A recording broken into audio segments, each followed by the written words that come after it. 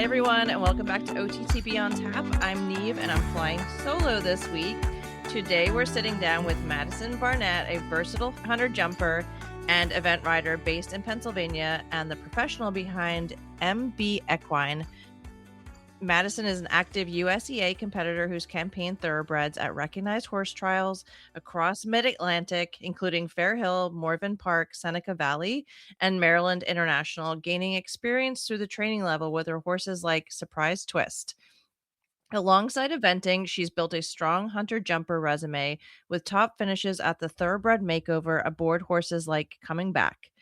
In 2025, Madison and Coming Back made headlines after winning the USEF Root and Riddle Thoroughbred and Sport Award, beating out a nation of warmbloods and making a very loud case for the thoroughbred as a top tier sport horse. Coming Back was bred by PTK LLC and transitioned to sport with support from Pastured Place, highlighting just how powerful the aftercare to sport pipeline can be.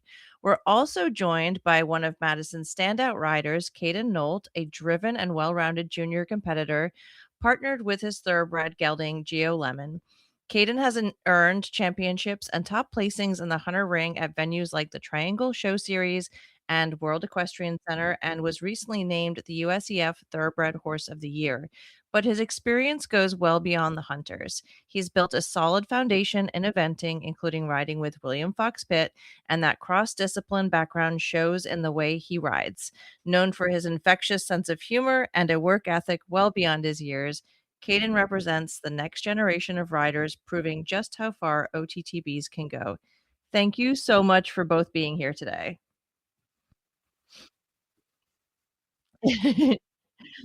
Caden, are you okay? And Madison is joining us from inside her truck because she's probably going from a barn to another barn to ride 6,000 horses. Oh my god, your network is pretty rough also.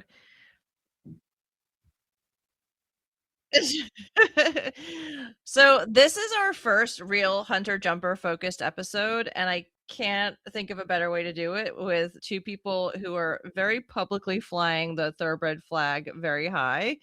Before we even get into the results and the awards and everything like that, Madison, can you just tell us a little bit about how thoroughbreds became your thing?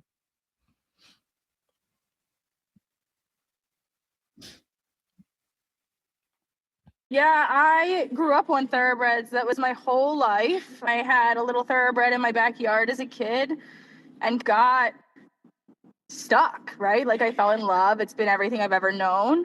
And I don't know that there's anything I'd rather sit on. Since day one, I decided there was nothing I'd rather do. I rode thoroughbreds for everybody all of my teenage years. And then once I started riding professionally, it just kept on. They're definitely the underdog, but we got part of the challenge.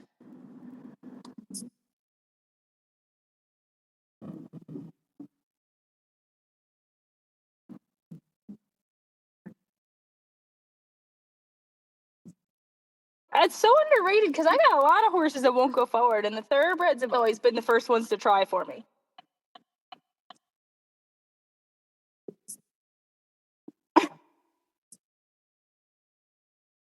Was there a moment in your like riding that you decided, oh, I'm really good at this off the track thoroughbred thing, or did it just slowly take over your program?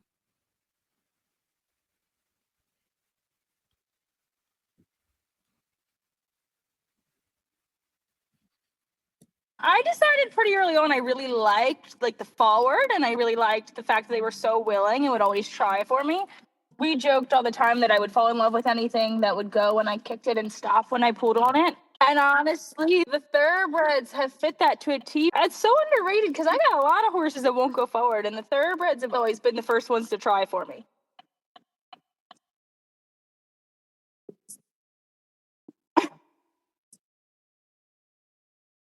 Yeah. Yeah, and I feel like once they figure out the forward, it's like everything else is, like, just icing on the cake at that stage. Yeah, and they're wonderful. We love them.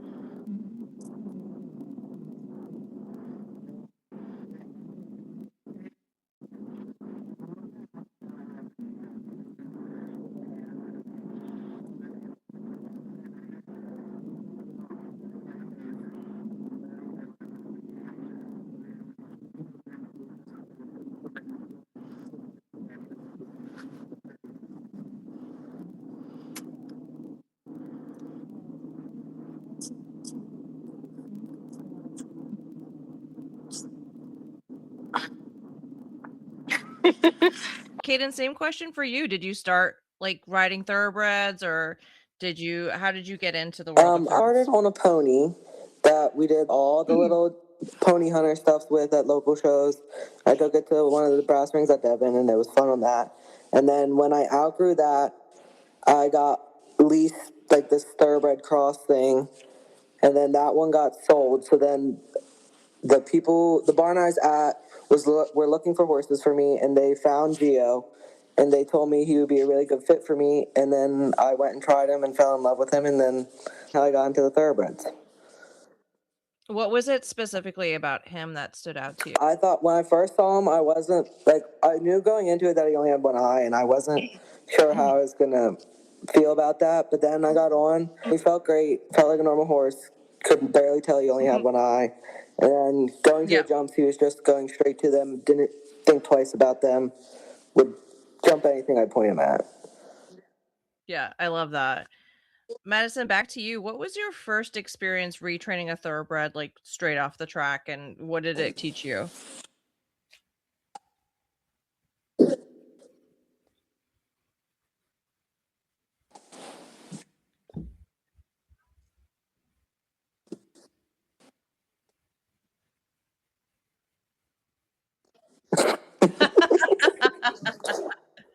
My first thoroughbred off the track he's still in my backyard. His name's Milo. And I tell you, I learned so much. I took him my first ever event on him, and I think I fell off in all 3 phases.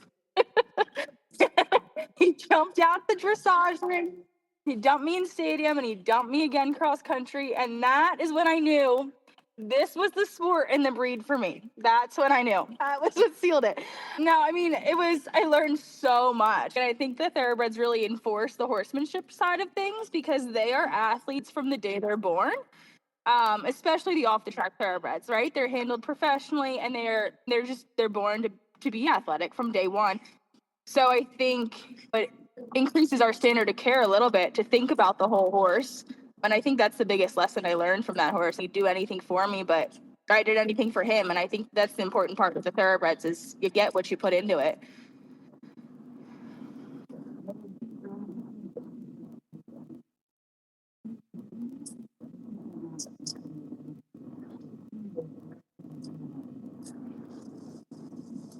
Yeah. And you spoke to this point a minute ago about the forward, but what do you think OTTBs ask of a rider or a trainer that warmbloods maybe don't?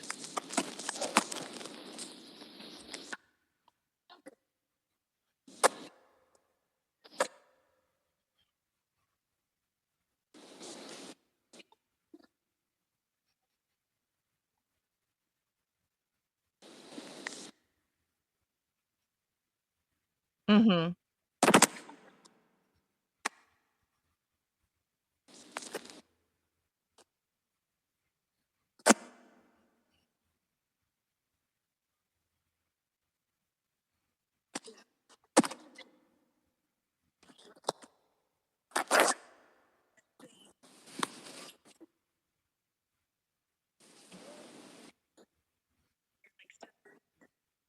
Mm-hmm.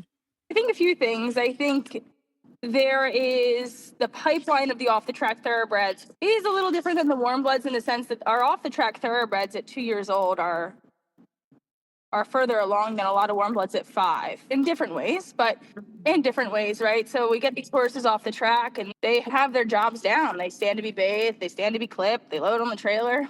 So the rest of that leaves us to us as riders. Like, we have things we need to take care of. Are we thinking about their whole body? And I think too, like, they are not, they get told they're like so green when these horses, they have their job sorted out. So the same way that we expect those horses to be professionals off the track, I think those horses expect us to be professionals. And not that they're not forgiving, but I do think they force us as riders to look at the full picture. As compared to a lot of these warm bloods, I feel like have that professional experience and that professional outlook before they come to us as amateur and junior rider mounts. So I think that just the compare and the contrast of where they are based on like their age and their riding journey, I think the thoroughbreds demand a lot more of that like full horsemanship look on things a little bit earlier on. And I think they all have different backgrounds too, right? Like the warm bloods are same way a lot of these warm bloods come from Europe. A lot of our off the track thoroughbreds are coming from different tracks. So some of those things I think are a big factor too.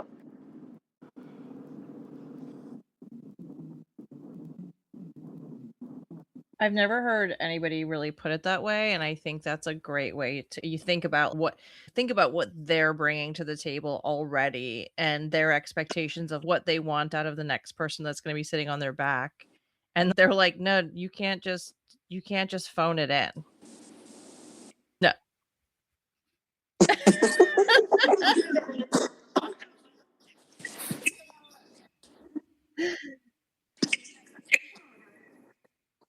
No, they don't work that way. Like, it's not 1-800 dial a ride. And not that they aren't forgiving and they aren't awesome, but if you want a forgiving horse, I do think there's an expectation on the rider to be forgiving as well. And I do think the thoroughbreds enforce that, and I think they know that.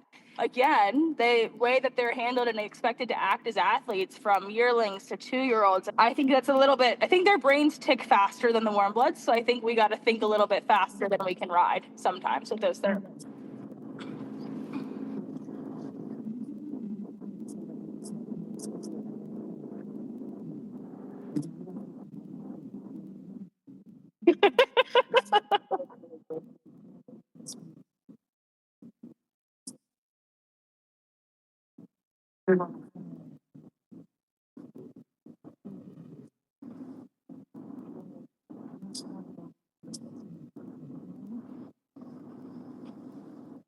Yeah. Yeah.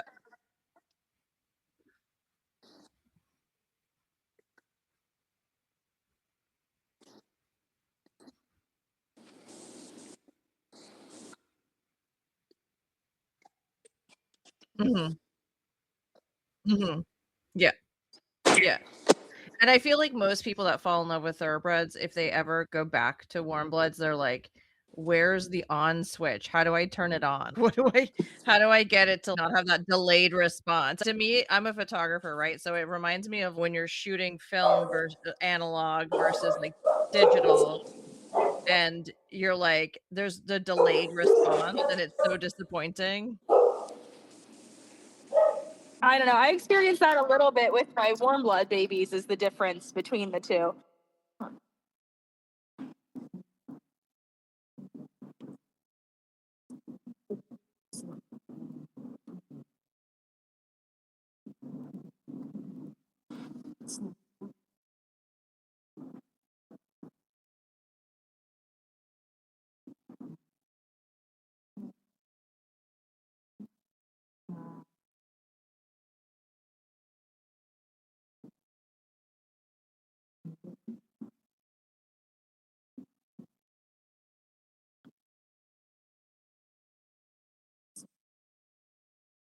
So, switching into a more specific horse world, we're going to talk about coming back Sealy, as he's known in the barn, and Caden with your horse Geo Lemon. What do you call him in the barn? Geo?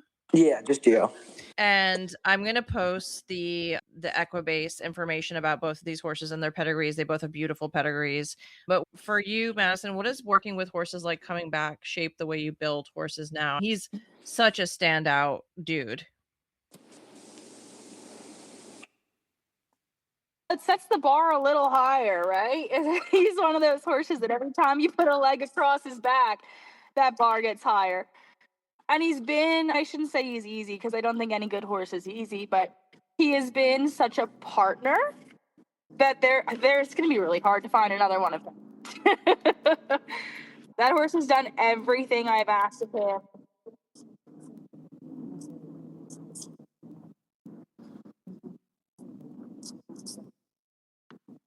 Yeah. Truly, I feel like from the RRP to what he's been doing now, every time I've seen him in person, he's just a consummate professional.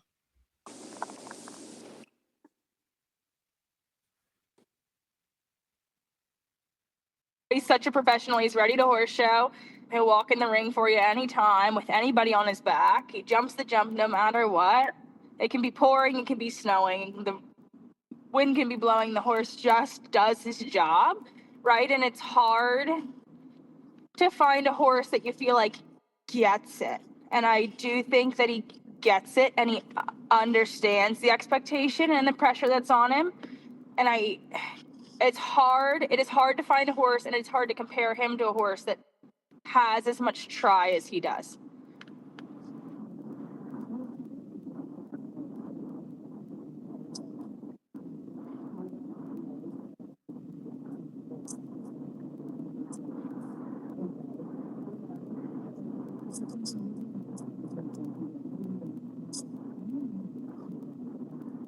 He's always ready to go. And you know what I will say is that horse, I have very few horses that are never, ever misbehaving. Ever. He never puts a foot wrong. He never acts out. He never is frustrated or fresh. He never gets a lunge before he horse shows. Like, he is just ready to go. And that is hard to not take for granted because they are not all that way.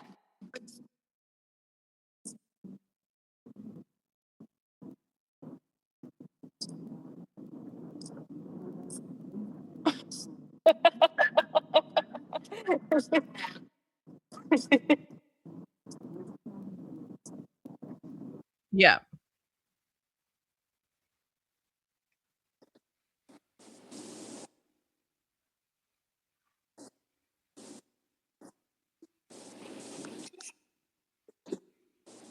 We have had some really tough ones, that is for sure.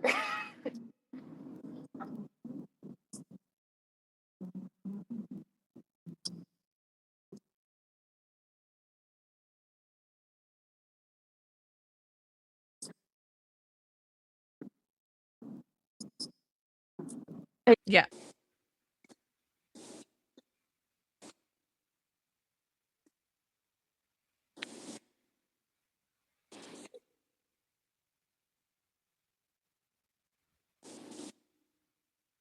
Yeah. He reminds me of when I braid my horse up for a horse show. He like knows he's at a horse show and he looks around and assesses the competition and he's okay. So for some reason, when I've seen Celia in person, it's like he's all braided up and I know I'm here to clean up in these classes. Come on.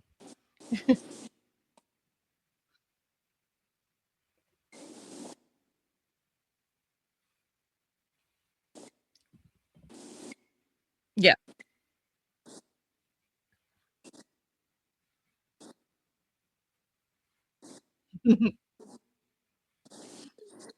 It's just unbelievable. But I was gonna say, you know what I feel like in the world of what I've known you and the horses that you've had to ride to get to this point, you deserve a Sealy 10 times over. You deserve more than one of those horses in your barn because you've paid your dues tenfold already.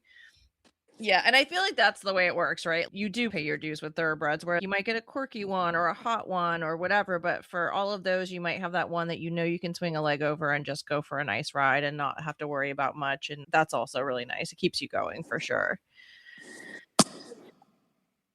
Caden, back to you. I'm also going to post Geo Lemon's Equibase and pedigree information. He has exceptional breeding. And I think when I first met you and met your horse, I immediately looked him up. I was like, this horse is too much. He's so good.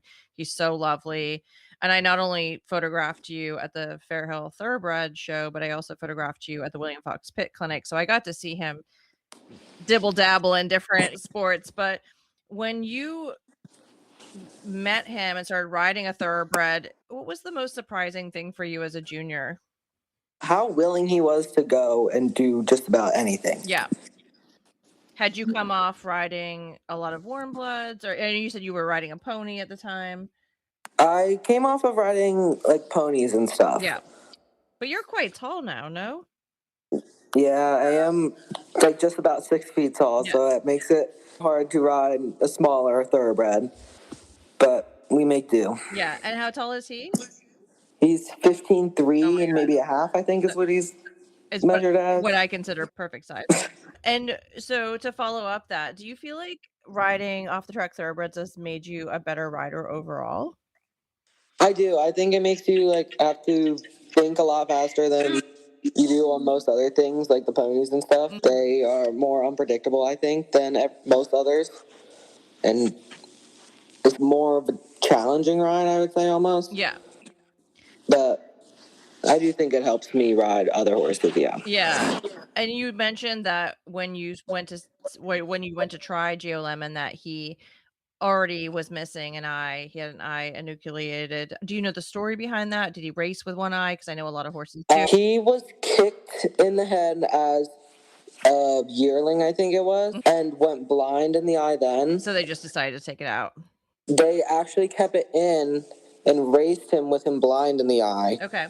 And then he went to Abby Fisher, and Abby Fisher took the eye out, and then she took it out because I think it was getting infected. Yeah. So then it didn't get any more infected, and he's just been without it ever since. Yeah. We've had a couple of other people on the show talking about riding horses at a pretty high level with one eye. Has it shaped anything specifically that you do with him, or how you train him or approach what you're doing with him? The main thing that I have to remember is that I can't take any sharp left turns. Yeah. Yeah. That's going to a jump. Yeah. So you just got to take those left turns a little wider. But other than that, he's pretty normal. Yeah. Have you found there to be any sort of bias or scrutiny from either your competitors or the judges? Because I know the hunter world is quite particular about things that are meant to be like, okay, this is not an unsoundness, it's just a genetic thing or it's just a physical thing. So I have been told, like, I just came out of a hunter derby round one time. And it was a beautiful round, and someone told Maddie that I should not have been allowed to do it, and I should be disqualified because he had one eye. What does that mean? What do you mean? How does that make sense? I have no idea. So there was a rule previously that a horse with one eye was considered an unsoundness. USEA has since changed the rule. I think it was like 10 years ago that they changed the rule that it's no longer classified as an unsoundness. I do think there is some bias with some of the judges that have been around since the rule was changed, that maybe they still view it as an unsoundness.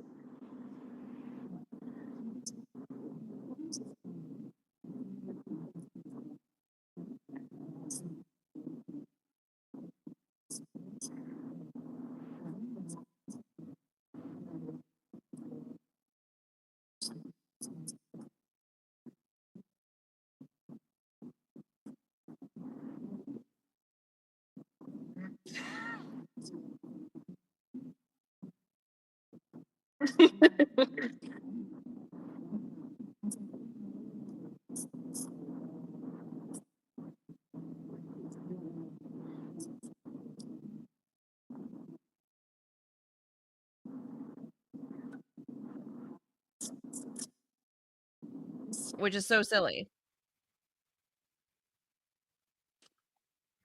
Yeah.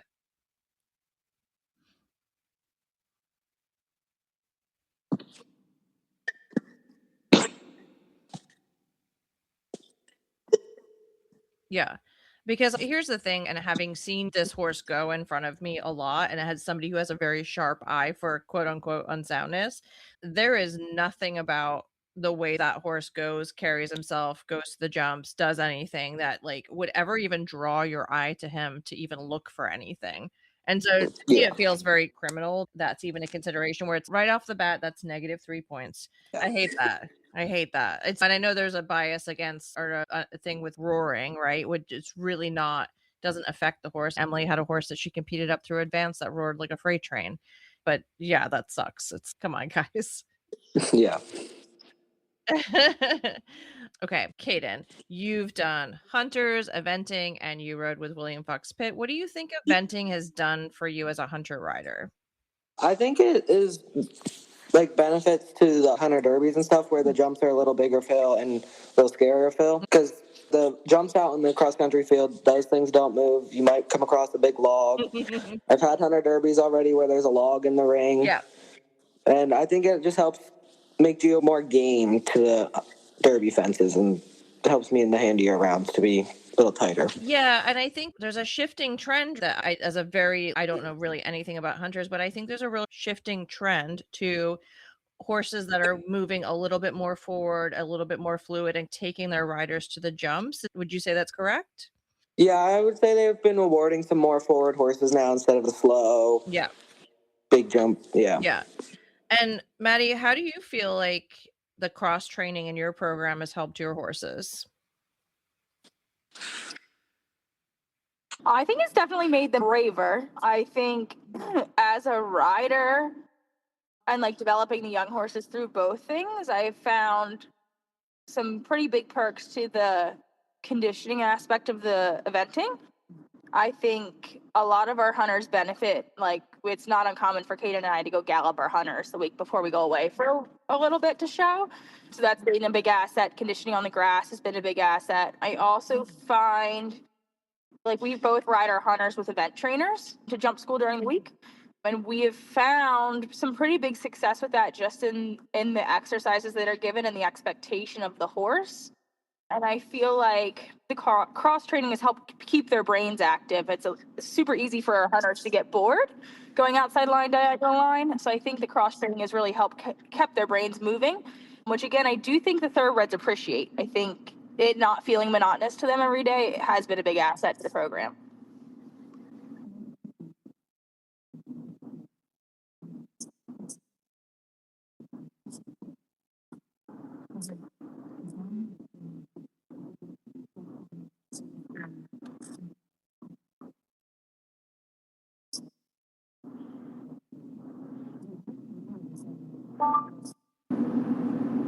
Yes. Yeah.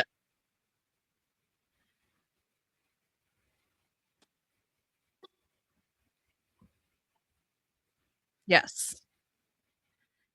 I remember I was riding with a trainer in South Jersey, and one of the best pieces of advice she ever gave me with this big athletic horse I had was, if every week you want a dressage school, flat, hack, whatever, she's whatever you don't do those things on the same day, like every week. She's like, you can do those activities every week, but just never do them on the same day. She's like, because thoroughbreds don't like that. They like knowing, because they always want that little endorphin hit, right? So what's something that you think that people assume about thoroughbreds that you've proven totally wrong? I think they assume that they're all super hot horses, can't do the hunters, and are just going to be a wild ball of fire. But mine is actually quite the opposite. He likes to go fast, but he also likes the slow pace to the jumps. Yeah. He's not usually that wild, maybe on a cold day like this weekend, but yeah, he's been pretty great. Yeah. Are you back, Madison? Hello. Why can't you hear us? Hello? I don't know what's going on. Oh my God. Madison, you gotta pull over in a place with good Wi-Fi is what you gotta do. She probably has a load of horses. That's true. Oh my God. I don't know why. Hold on, I'm gonna kill her.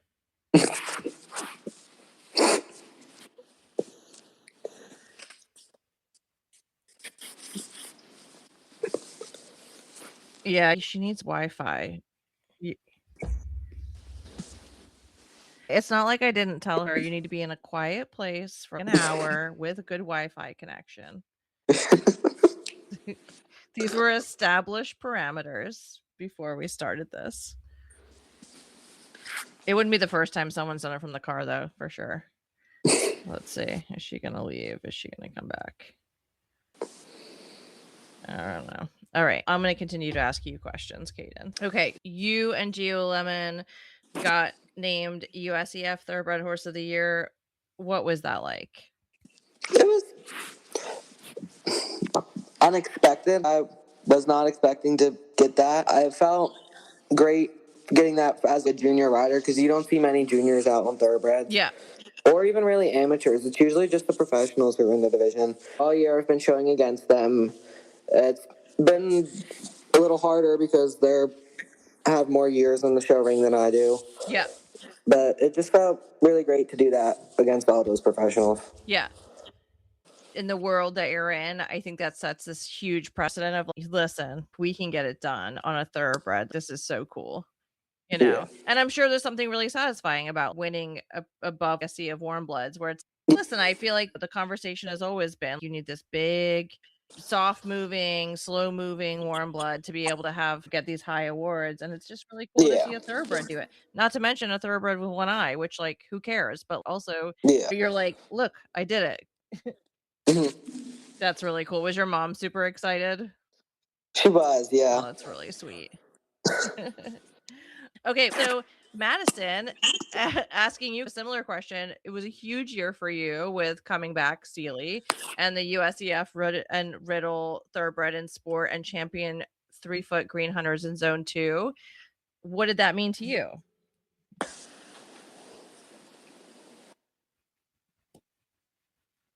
Mhm.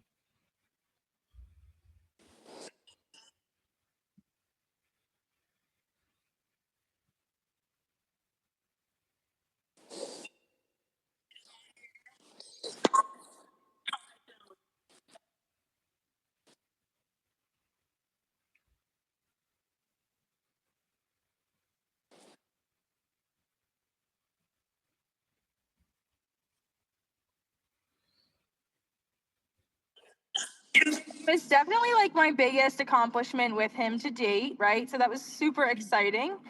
I spent all year pretty actively campaigning against warmbloods. The Green Hunter division was super competitive all year.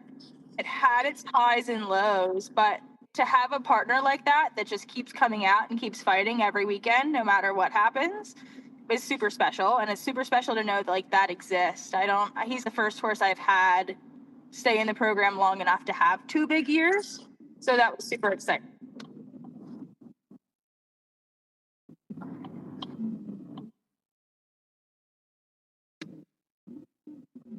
Yeah. Yeah, for sure.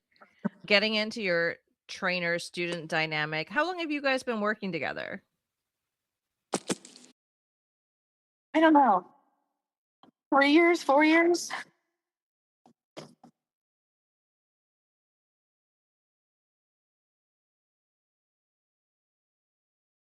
Four years, I think.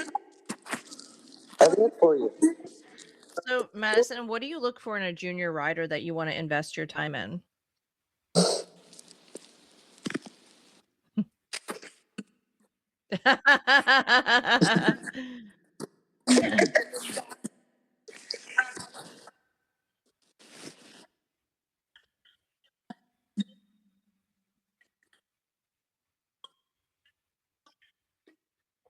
They've got to be tough. They've got to be tough. My program has been one that's catered to the tough kids a little bit more so than anyone else because we have so many thoroughbreds. They really have to want it. They really have to want all parts of it, not just showing up in horse showing. It also means a lot to me when I have a kid and a horse and a parent that believes in the whole picture as much as the Nolt family has. So that's definitely something that's advantageous to me as a trainer. Is it's great that you have a kid that can fight for it, but can you put all the pieces together?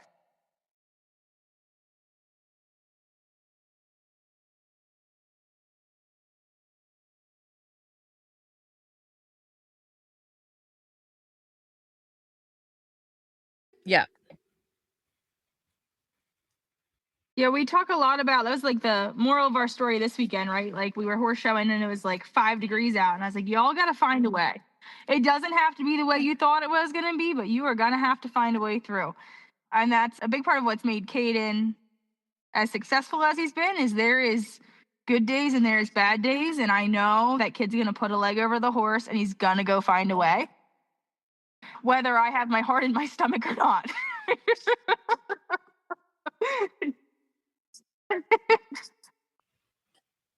Yeah.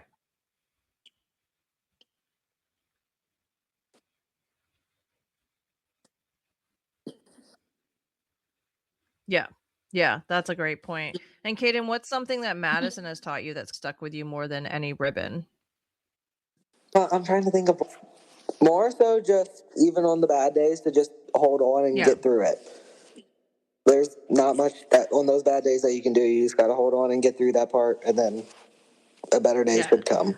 From my friendship with Madison, I've realized that there's something really special about the horse industry and that people show up and do things. I know at least one of you is a Swiftie, but it reminds me of I can do it with a broken heart kind of thing, where it's horse people are incredible because they'll show up and they'll perform, but they could have their entire world falling apart behind them. And nobody would know because they know how to just show up and do it despite all of that. And I think that's something that I always think of with you, Madison, specifically.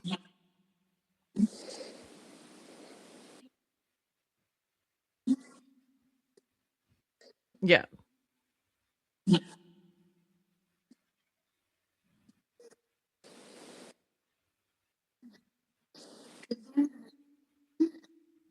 Yeah.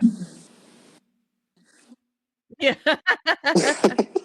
Where you're just willing the horse to just behave and just come on.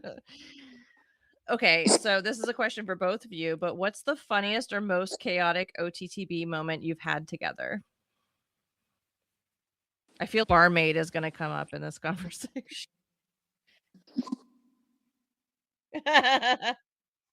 Barmaid might come up. The Fairhill Thoroughbred show's gonna go down as one of the funniest ones, but there's got to be a couple. Yeah, I just remember you coming into the ring on barmaid and being like, "Don't buck me off," like throughout the entire ride.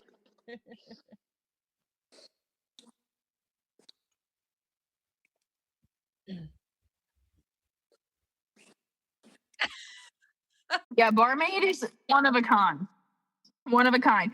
My favorite off the track thoroughbred moment has got to be the time that I thought it'd be fun to take 19 thoroughbreds to the Fairhill Thoroughbred show, and I was so sick. I had the flu that weekend, and I think I might have been on the ground as many times as I was on the horses. They were just green as grass. They were being race horses. Yeah, I just remember you coming into the ring on barmaid and being like, "Don't buck me off," like throughout the entire ride.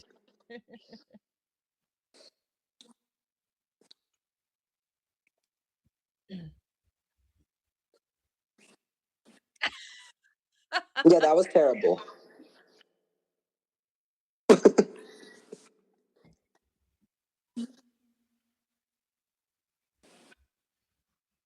Yeah, I don't know that. Or another really funny off the track thoroughbred moment we had was we went to, where did we go? Was it Culpeper, Caden? I don't know. All we take is thoroughbreds. So yeah, I mean Culpeper, when you went in the Derby against all those warmbloods and you come out the ring and everybody's kind of, it's always ironic when you come out of the ring and everybody's giving you a hard time and then the scores go up. So those are always funny moments for us. But I think yeah, I think the Fairhill Thoroughbred show goes down as a good one.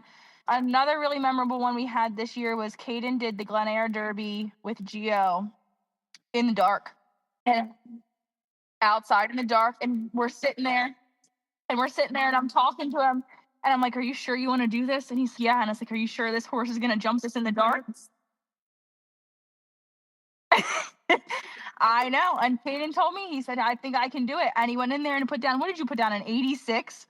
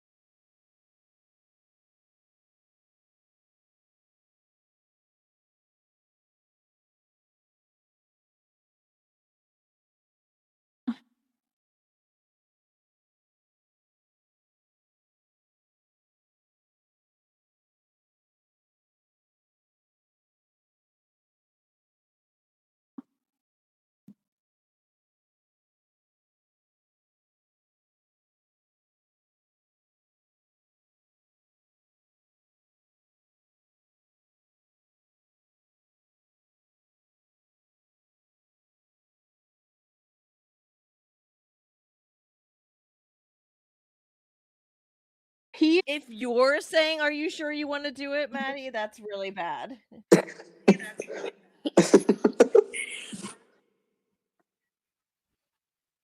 Oh my god. I don't know Yeah. that much about hunters, but I know that's a really good score. That is Yes. incredible. So to piggyback on this, Caden, you're, as far as I know, just known for being funny and really hardworking. And where do you think all of that work ethic and just sense of humor comes from with you? Oh, I don't even know. I think probably from the sense of humor definitely comes from my dad. He is one of the funniest people I know. And I think the hard work probably comes from my mom. She has done a lot to make sure that I can go to all the shows I do. She always makes sure they're paid for before schedule. She's never late on anything, and she would just Yeah, work she's really a hard to get this done for me. huge supporter. I know. And Madison, has his work ethic ever surprised you, or are you just, gosh, this is amazing to have this kid in my barn?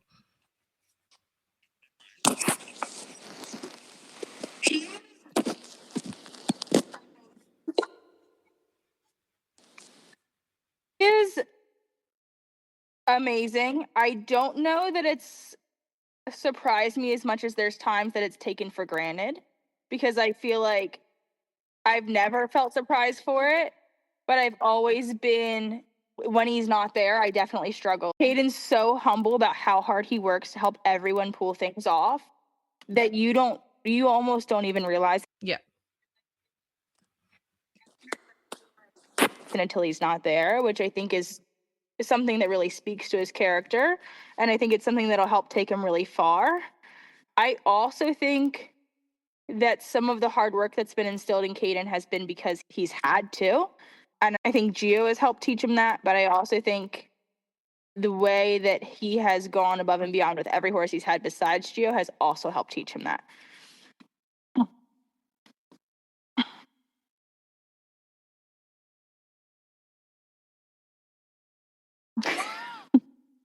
Yeah. Yeah. Where do you guys both see thoroughbreds fitting into the hunter jumper world going forward?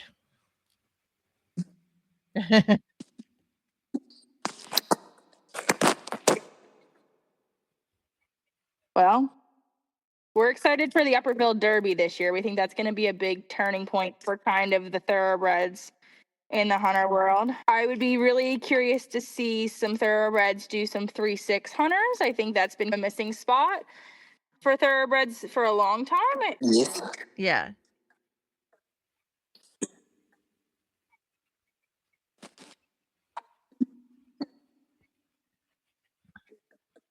So I would really like to see that kind of have a comeback. I do think, as far as thoroughbreds in the hunter world, I think it's starting to be more accepted.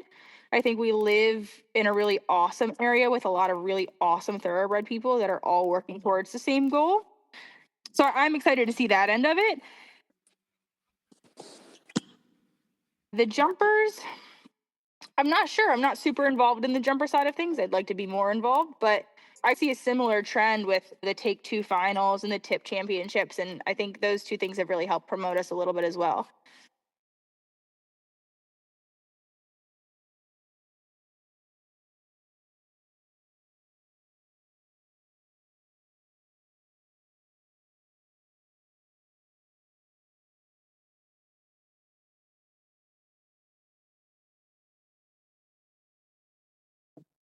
Yeah.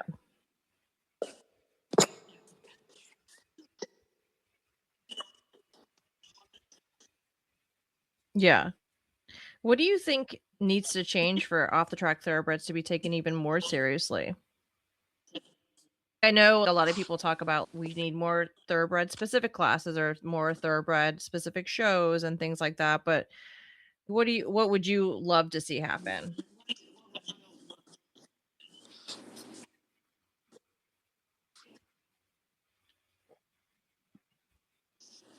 I think people just need to get out there and do it. I think that's been a big misconception that Caden and I have worked really hard on is people will go show in the thoroughbred hunter division at the horse show, and that's great. It's a great division for the horses, but they won't go in the performances. Put them in there. But they won't go in the regular division. Yeah. At the end of the day, those results aren't going to start changing until we force them to change. Your thoroughbred's not going to beat the warmbloods until your thoroughbred deserves to beat the warmbloods. And he's not going to deserve to beat the warmbloods if he doesn't show against the warmbloods. That's a great point. So I think people just need to go out and do it and carefully do it. I don't think anybody needs to be reckless, but I think that's been like a big thing for us coming back. And Gio this year, like Gio did the thoroughbred division, but he also did the performance hunters and he also did the junior hunters, and we just put him in there. Yeah.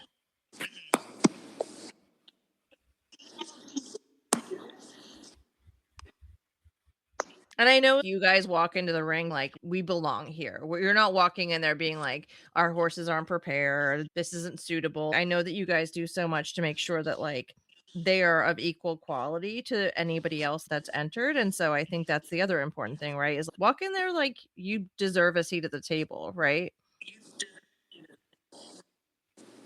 Yeah.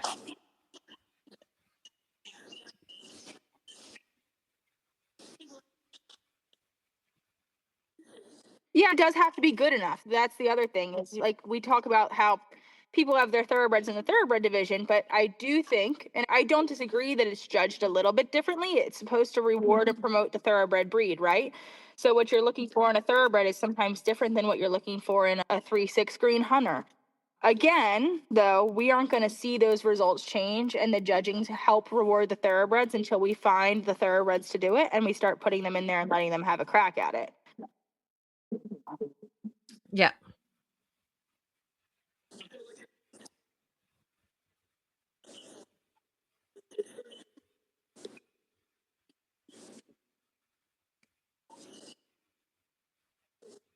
Yeah. And let them dominate a little bit. Yeah. Caden, what are your goals coming up with Gio Lemon for next season? And what are your goals with your new up and coming OTTB? Tell me something. For Gio, I would really like to do junior hunter finals and get a ribbon. That is my goal. I want to go there, get a ribbon. They placed the 20. Last year I went, I was 27th, missed it just by a little, which was a bummer, but I would like to do that again. And then for Tell Me Something, I would like to do him in the greens, and ideally I would like to do green incentive finals, but I'm not Yeah, sure he seems what's like a gonna cool happen dude there. as well. Have you been enjoying bringing him along? Yeah, he's been a lot of fun. He's a completely different ride from Gio. He's got the big, long, slow step, unlike Gio, who's got the short, speedier step. But it's been a little challenging going back and forth between the two of them when I show them at the same time, but I'll make it work. How did you find Tell Me Something? He came from the same place so through PTK? Coming Back did. No, not through PTK. Okay, from the that's same cool. owner. Yeah, that's awesome. So I've been leasing him, and I'm pretty sure I'm going to continue to lease him throughout the year. Let's see what next year. I'm going to ask you while she's gone. I'm going to ask you. I have some rapid fire questions. Oh Lord. Okay. What's your funniest trait about Gio? Ooh. His funniest trait is probably, I would almost say his personality. He, like, if you're wearing, I'll be in a horse show standing there with my hat on, and he'll just turn at me and then grab my hat and take it off. And then that's probably one of his funniest. Okay, warm up hype song. Oh. One of the ones me and Maddie mostly play on the way to horse shows is Sticky. Not very appropriate, but...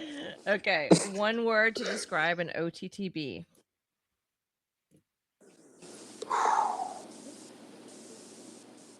I would probably say...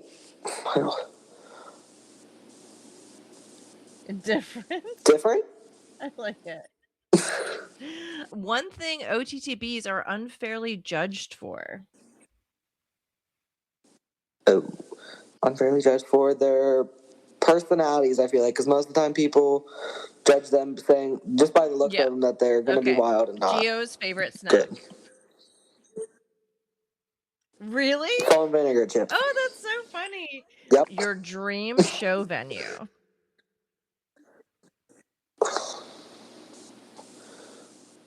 I would love to go to WEFA Okay. in Wellington. Who's more dramatic, OTTBs or warmbloods? I'd probably have to say OTTB. If Gio was an actor, who would they be? Oh, I'd say he's probably kind of like Adam Sandler. Any pre-competition superstitions or rituals for you? I have my lucky derby gloves that I put on for derbies. Okay, 17-hand chestnut mare or 15-hand bay gelding? I knew you were Probably the gonna bay say gelding. that. Okay. In the next few months, we're going to be featuring a special guest co-host on the show, Stephanie Parcott, who you'll remember from our RRP collaborations last year. She's going to be sitting down with me in the next few weeks to interview a former jockey and outrider. I reached out to her for a few questions for this episode. So she's got 2 questions for you guys. What's the biggest thing you look for in choosing a prospect for hunters with OTTBs?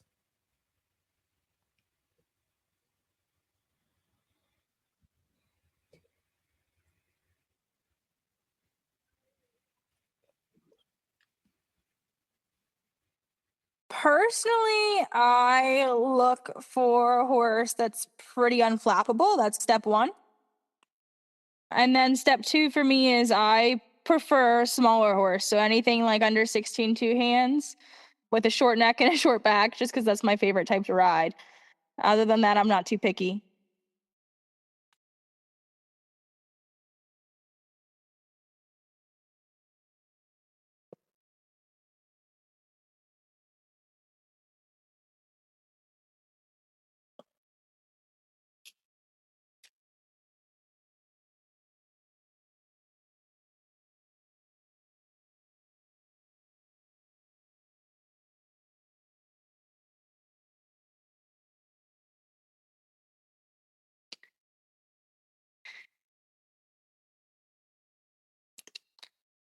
Yeah. And then what training advice do you guys have for starting a horse, an OTTB, over fences and confirming lead changes?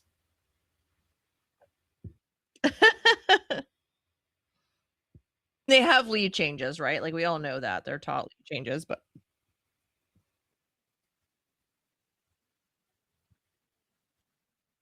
Yeah, so we don't school the lead change, mostly because they do have the lead change. My biggest advice to my kids with my thoroughbreds is to not school the lead change. If we need to confirm a change, we do that a lot with a pull on the diagonal or a simple change. That's our go-to. And as far as the jumping goes, I'm big on accountability. I'm big on any answer is better than no answer. Like my young horses, I don't want them to get to the base of that jump and ask me if they should jump. I want them to find a way across. So that's my big thing is I'm not looking for the perfect distance, the perfect stride, the perfect rhythm, the best behavior. I'm looking for a path from the base of that fence to the other side. And I think the young horses catch on to it pretty quickly too that way.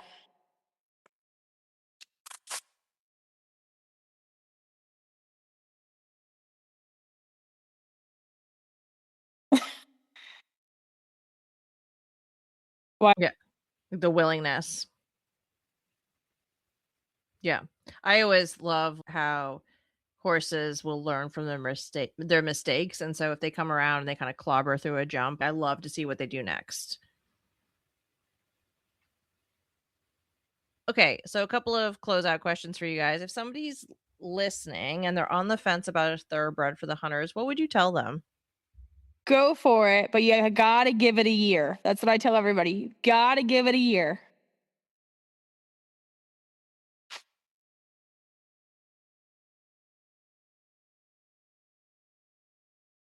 When their whole body changes in a year.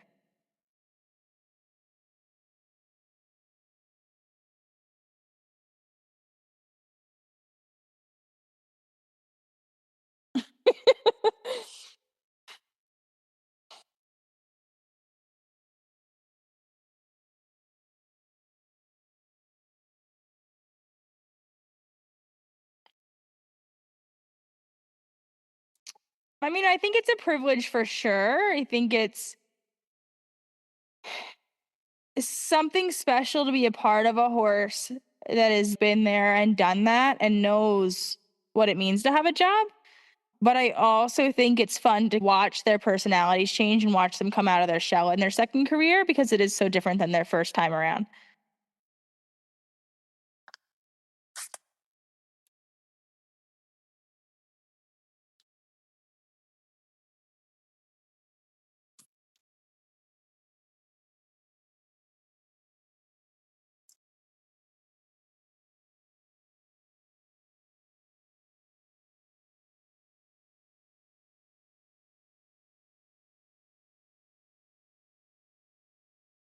I like that advice, Madison. I think that's really smart because I think a lot can happen in a year, both with their feet, their conformation, their build. Okay, and where can people follow along with you guys and your horses? Do you have websites, social media? Give us your handles. We'll put them in the show notes.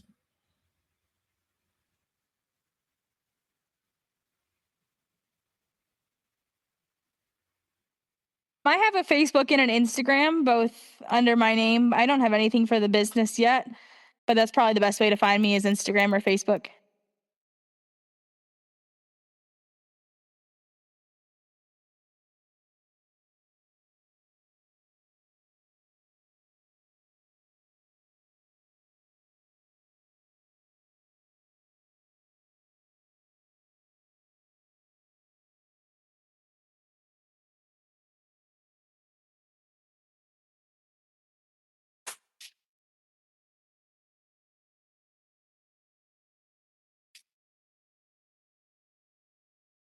Get with it, Madison.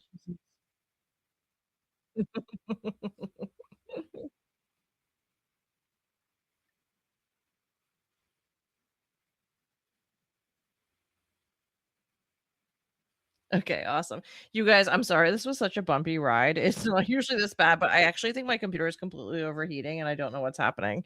It might be because it's 10,000 degrees in this guest room and I hate it.